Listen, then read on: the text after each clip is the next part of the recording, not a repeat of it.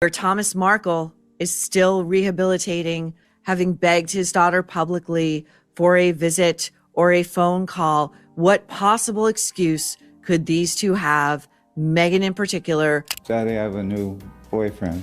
And I said, that's really nice. And then the next call was like, he's British. And I said, well, that's really nice. And then eventually the third time around it was like, he's a prince. Thomas Markle, he's due to turn 80 next year. And as we know, he's not been a well man recently. And indeed, it was a brush with death just last year that renewed his plea for reconciliation with his daughter Meghan, or Meg, and her husband, Prince Harry. I called, it doesn't work anymore. And there's no address I can write to. So I have no way of contacting my daughter. This, of course, was the letter that she wrote to her dad before her and Prince Harry got married. Markle's father, Thomas Markle, who's issued an emotional plea to his daughter, saying he doesn't want to die estranged. Thomas Markle, her dad, who I'm glad to report is re-finding his voice. So have a look at the bombshell trailer, which has just been released. And the estrangement between Meghan and her father, you could argue, is something quite minor. It involves paparazzi and the media. Two things Meghan Markle is very familiar with.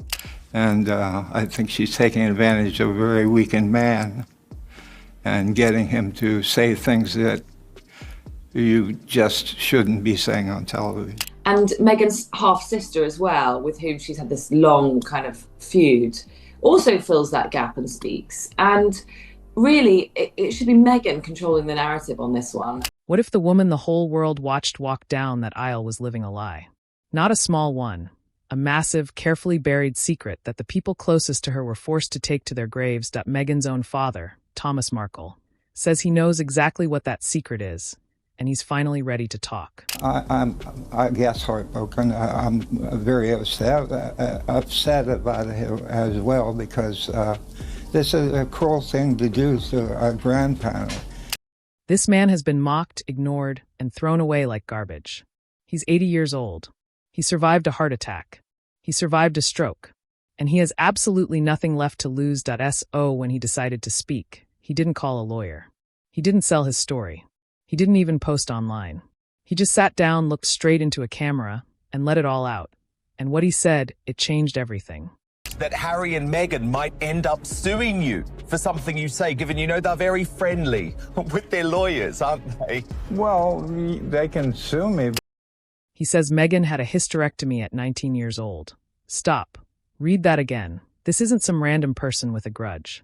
This isn't a tabloid rumor from an anonymous source. This is her father, the man who paid for her school, her acting classes, her very first headshot. The man who drove her to every audition and believed in her before anyone else did. He was there for every single early chapter of her life. And he says he has been carrying this secret for over 20 years. Not because he wanted to, but because she begged him to. Because back then, she trusted him with everything. Back then, he was just her dad. And here's what makes this even harder to hear. You know, I don't know if you know her father. He's a really nice man. And in fact, I've been in touch with him recently. He's doing pretty well.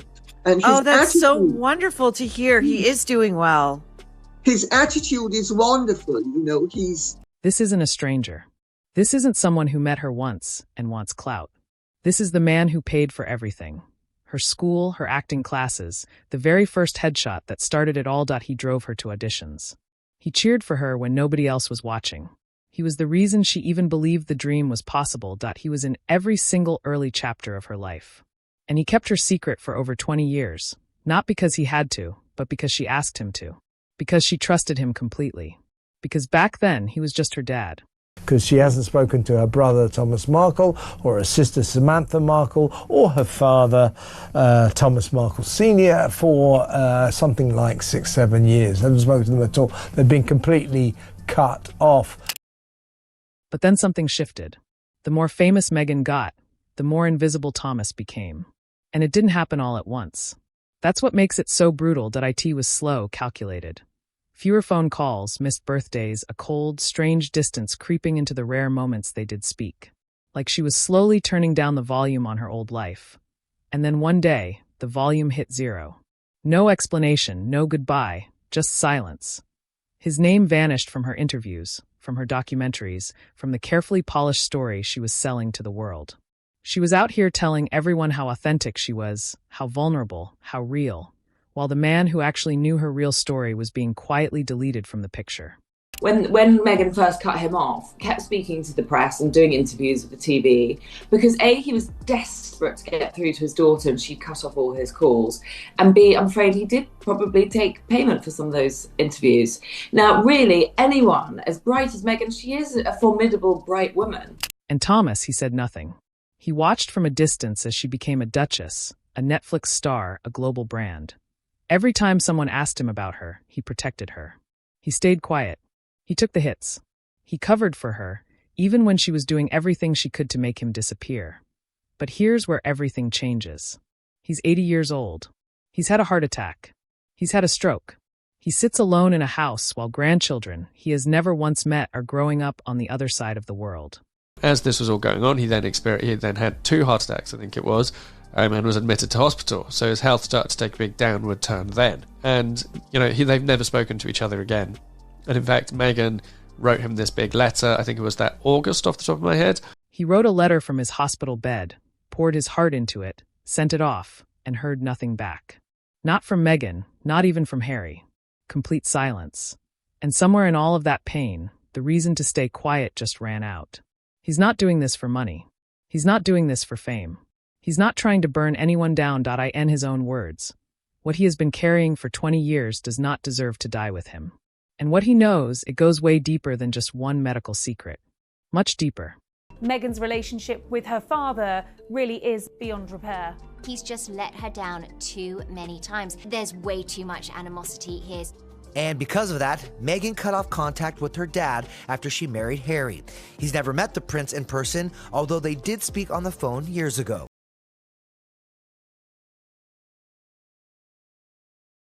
And then she said something that completely floored him.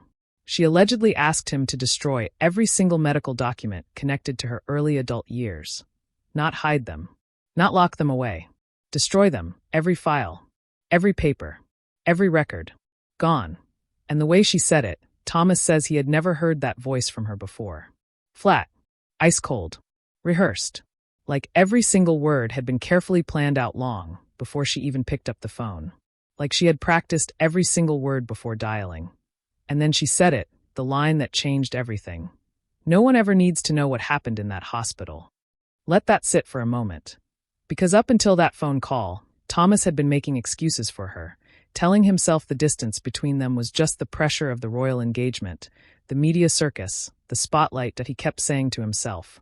It's not personal. She's just busy. She's overwhelmed. But those words ripped that story apart completely. About time. Meghan Markle has finally reached out to her father, Thomas Markle, who is fighting for his life in an intensive care unit in a Philippines hospital, having lost a leg via amputation. But we know exactly why Meghan has reached out, and it's got absolutely nothing to do with her concerns for the well-being of Thomas Markle, who she has neglected since 2018 before she married Harry. There's no compassion for me. There's no compassion for my family. This wasn't a daughter asking for privacy. This was something else entirely. This was someone trying to make sure a piece of her past never existed at all. And then she ended the call. No, I love you. No, take care of yourself. No goodbye. Just this. Don't contact me again.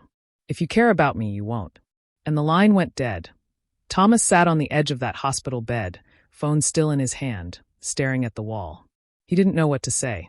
He didn't know what to think. Was she scared? Was someone feeding her those words? He still doesn't know. What he does know is that after that call, there was absolutely nothing. No check-in, no wedding invitation, just silence. I'll be very disappointed that I don't get to hold my granddaughter. Does it hurt? Of course it hurts. There are axe murderers in prison.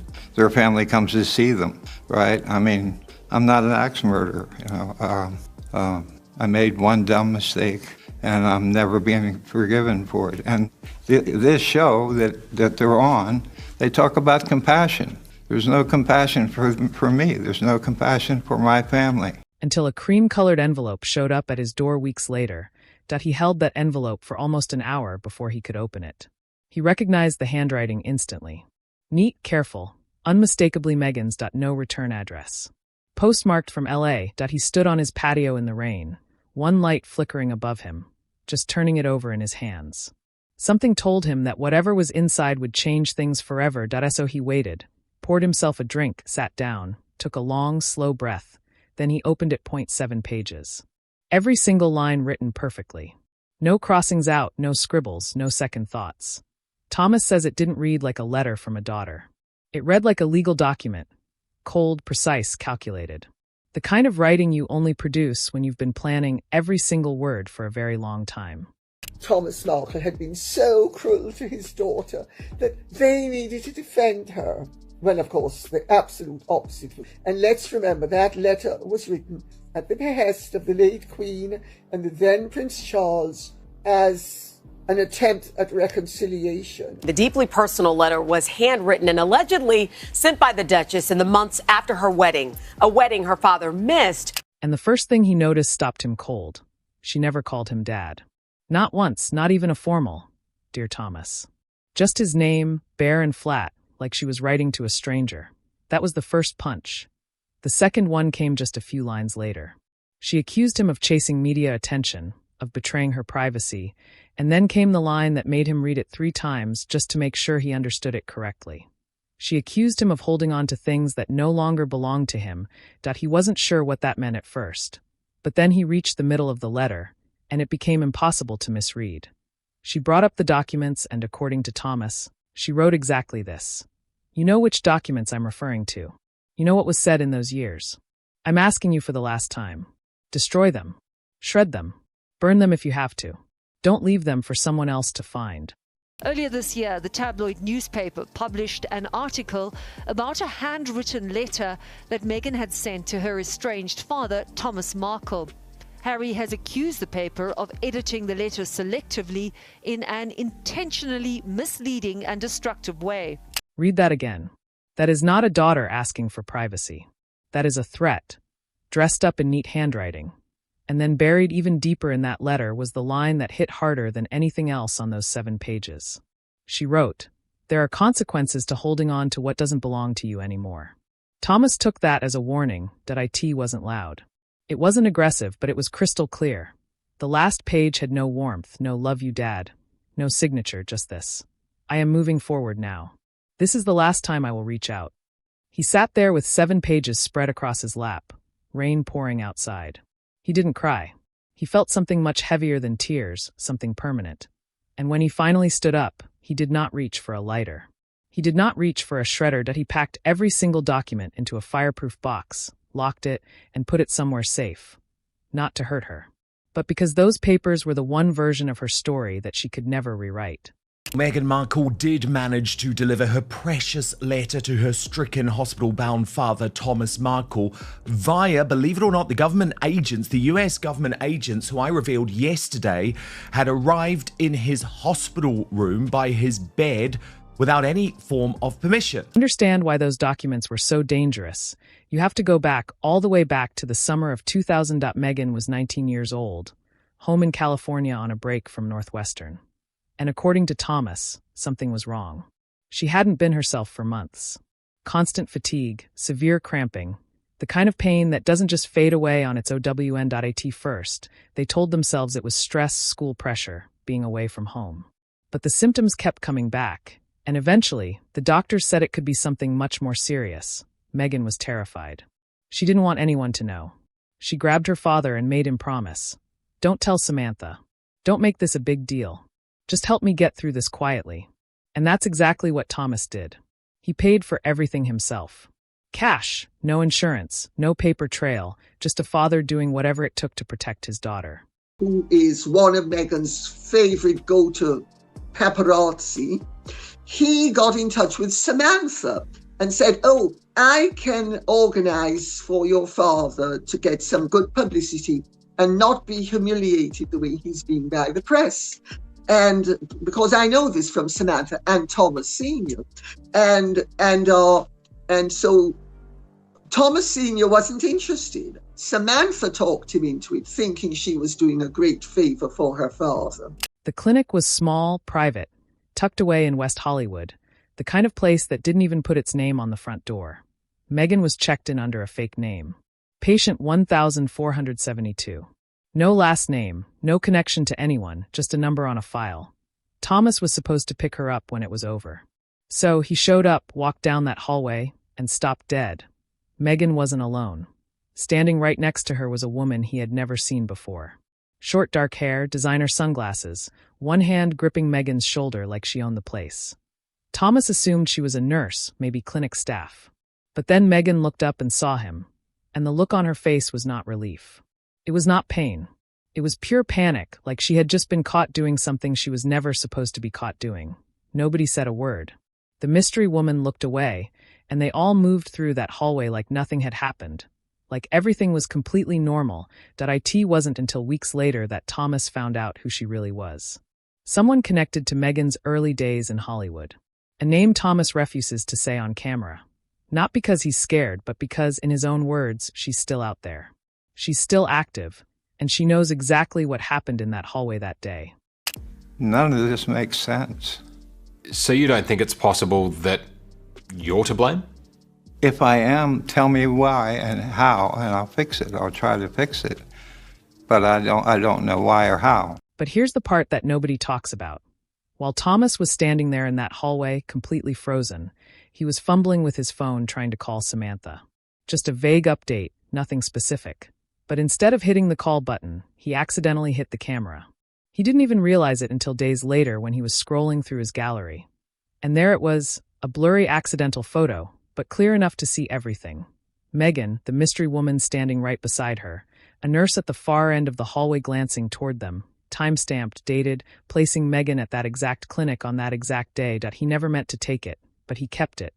Family estrangements are very private and very painful. Yeah. Most families have experienced something along these lines. Nobody knows the truth. I'm not a fan of Harry and Meghan, but I do think this crosses a line. One morning, Trevor opened an envelope at his apartment. Inside were both wedding rings. No note, no phone call, no explanation, just the rings. And later, one single word passed through a mutual friend. Closure. That's it. Closure. Thomas has always believed Trevor knew about Meghan's medical history. Not because she sat him down and told him directly, but because early in their relationship, Trevor apparently found something he was never supposed to see. A medical referral letter addressed to Meghan, but under a completely different name, sent to a P.O. box in Beverly Hills. And instead of confronting her about it, Trevor went straight to Thomas quietly. Just one question. Is Em okay? And then, almost like an afterthought, he added, I just want to make sure she's being honest with herself. Thomas never forgot those words. Not once. And here's what makes Trevor so fascinating. When Meghan's life exploded into something massive, when she became one of the most talked about women on the entire planet, the tabloids came running straight to Trevor's door.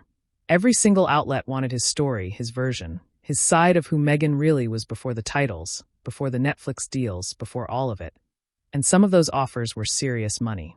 Trevor said absolutely nothing. Not one interview, not one anonymous tip, not one carefully worded hint dropped to a journalist.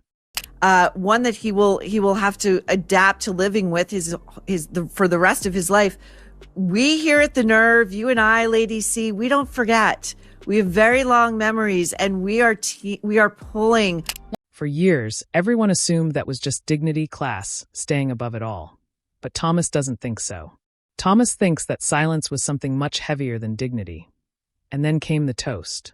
Years later, at his own wedding, Trevor got unexpectedly personal toward the end of the night. He stood up and said, There are things I'll take to the grave, but tonight isn't about silence.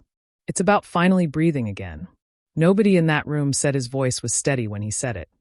Thomas believes that was Trevor finally letting go, finally exhaling after years of carrying a secret that was never even his to carry in the first place.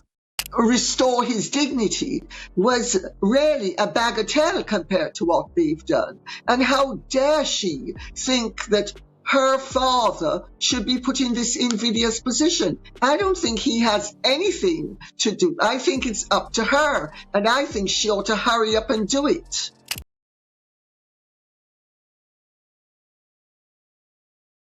Now, let's talk about Samantha because she noticed something was wrong before anyone else did.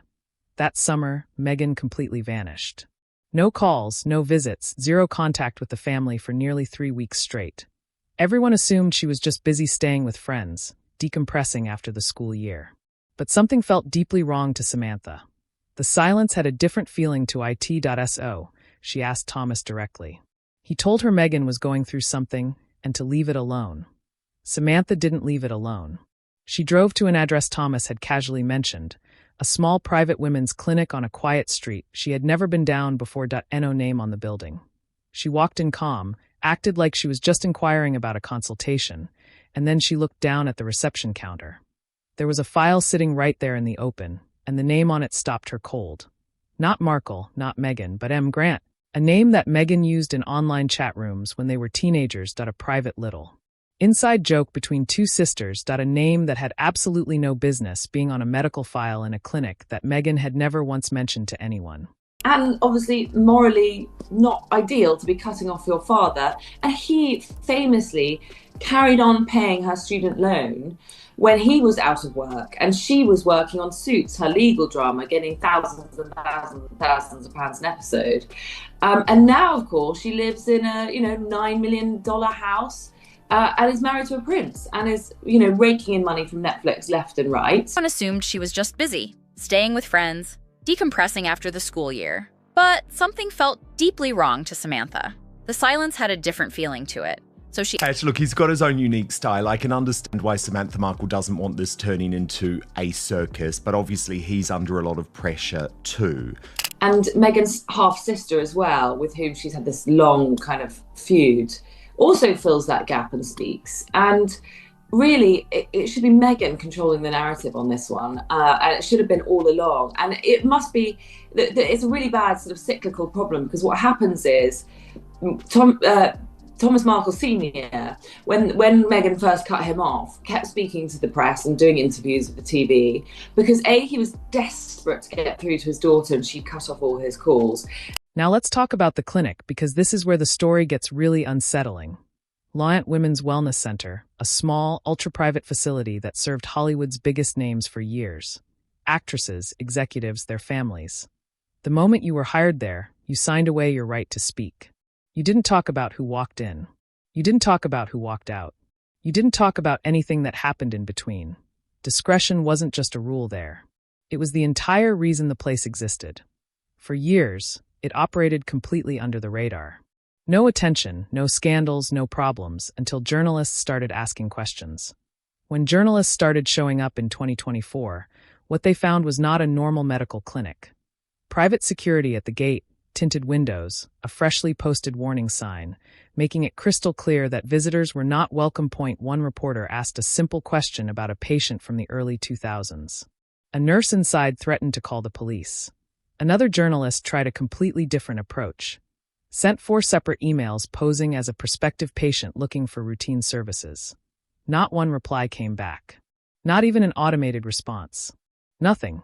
I agree with you entirely, and I would say, you can tell that the level of insincerity and performative art around much of Meghan's appearance of being loving and accepting and tolerant to others, of course, with relation to her father. Then in 2025, things got even stranger. The clinic quietly filed for something they called a strategic restructure. Not a closure, not a shutdown, just a vague internal reorganization. But as part of that process, their entire patient database was packed up and moved to a private offshore server in Switzerland. Records that anyone could previously access through normal channels simply vanished overnight. Think about that.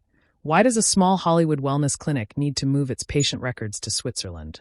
Thomas himself tried to get answers years before any journalist did. Not to expose anyone, just to confirm his own memory was accurate. He sent a formal request. What came back was one single line. We cannot confirm nor deny the presence of this individual in our facility at any time. But here's where it gets really interesting. There is a former nurse, Thomas calls her Marina. She worked the overnight rotation at that clinic for 5 solid years. Post-operative care, the quiet end of what they handled. She has since packed up and left California entirely. And in a private conversation that was recorded, but never released to the public, Marina allegedly said this. Yes, Meghan was here.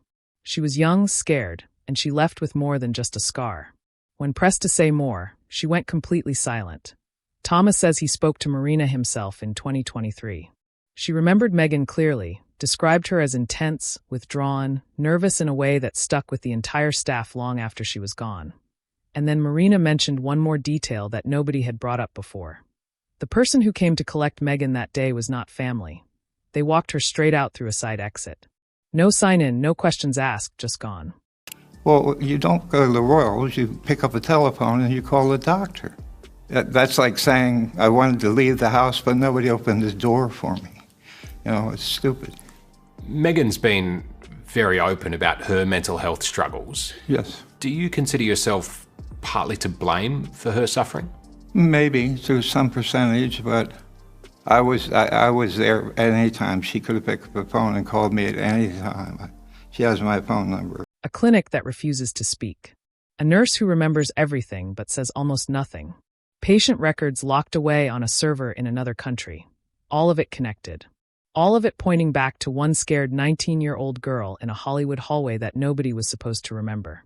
Now, here is what Thomas Markle is not saying. He is not saying Meghan did anything wrong by having a medical procedure at 19. He is not saying she owed the world an explanation about something deeply personal. He understood that then. He understands it now. What he is saying is something completely different, something that cuts much deeper. He is saying she built a carefully designed version of herself for the world to consume.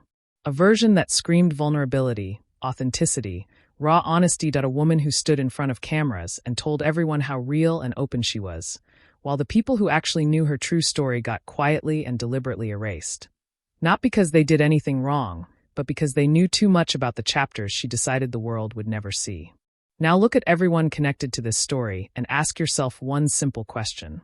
Why is everybody so silent? The ex-husband who had every reason in the world to talk and never said a single word. The half-sister who saw a file in a clinic and spent years being dismissed and mocked as unreliable. The nurse who remembered a frightened 19-year-old girl and went completely silent the moment anyone got too close. The clinic that picked up its entire patient database and quietly moved it to another country. All of them connected. All of them pointing back to the exact same moment, the same city, the same day, the same hallway that nobody was ever supposed to remember. And standing right at the center of all of it is Thomas, the father who paid for everything, who showed up that day to bring his daughter home, who accidentally took a photo he never intended to take, who kept the letter, kept every document, kept his mouth completely shut for over 2 decades while she built an empire on a story that left him out. Entirely. The man who was her foundation, the man she eventually turned into the villain of her own carefully written story. Meghan Markle is profoundly worried about her father. She's been on her knees for many hours, which, by the way, is not an unfamiliar position for Meghan. She's been praying for his recovery, and she has spent $10,000 on an airplane ticket just to get straight over to the Philippines, and she's waiting for him to get well enough to come back to the United States, Cedars-Sinai, the greatest hospital in the world. The United States has the best doctors in the world, and look after this guy and love bomb him for the rest of his life. He deserves so much more than just, we reached out, we just did a little Instagram and a WhatsApp, and hopefully that's enough. Hi, Thomas. The poor man, his dying wish is to see his daughter again, to meet his son-in-law, although that won't be great for his recovery, will it? Oh, hello, I'm Prince Harry. Nice to meet you, Thomas Markle. I know you've almost died and lost a leg through amputation, but can I tell you how terrible my life is? I've got so many problems.